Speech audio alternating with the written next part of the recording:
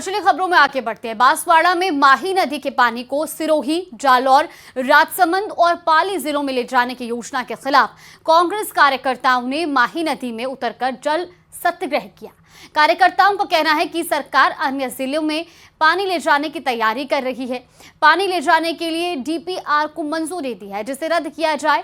माही dam बनने के बाद भी आज तक बांसवाड़ा जिले के बैक वाटर क्षेत्र के किसानों को सिंचाई के लिए पर्याप्त पानी नहीं मिल पाया है।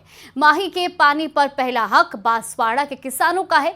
जब तक जिले के किसानों को पूर्ण सिंचाई सुविधा नहीं मिलती, तब तक माही का पानी अन्य जिलों में भेजना अन्यायपूर्ण है। अगर सरकार ने फैसला वापस नहीं लिया तो आंदोलन को और तेज किया जाएगा। फिलहाल ये तस्वीरें भी आप देखिए।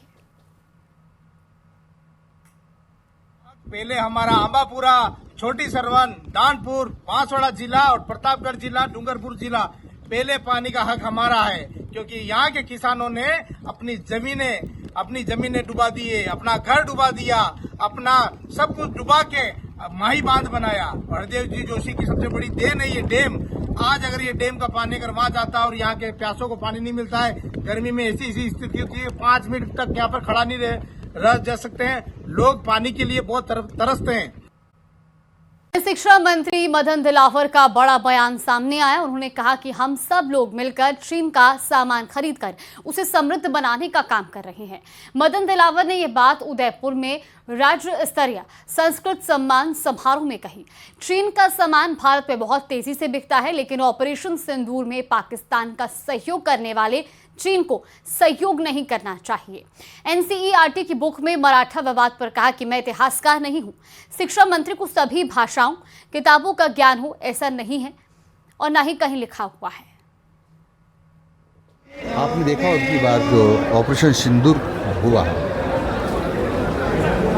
और जो युद्ध प्रारंभ हुआ था, उसमें चाइना ने पीछे से पाकिस्तान को सहयोग किया है और हम सब लोग चाइना का बहुत सामान खरीदते जाने अनजाने में, और हिंदुस्तान बहुत बड़ा मार्केट है चाइना के लिए। यानी दूसरी भाषा में कहूँ तो हम ही समृद्ध कर रहे हैं। यदि हम समृद्ध करेंगे उनको तो हमारे देश को नुकसान होगा ना।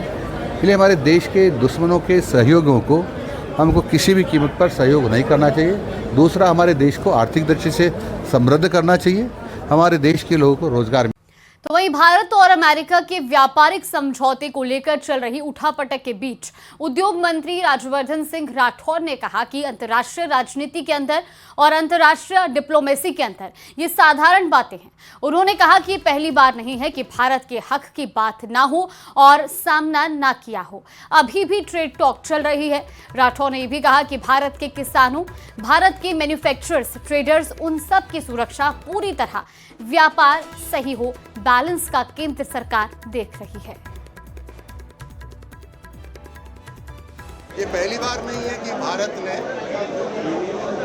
भारत के हक की अगर बात ना हो उसका सामना ना करा।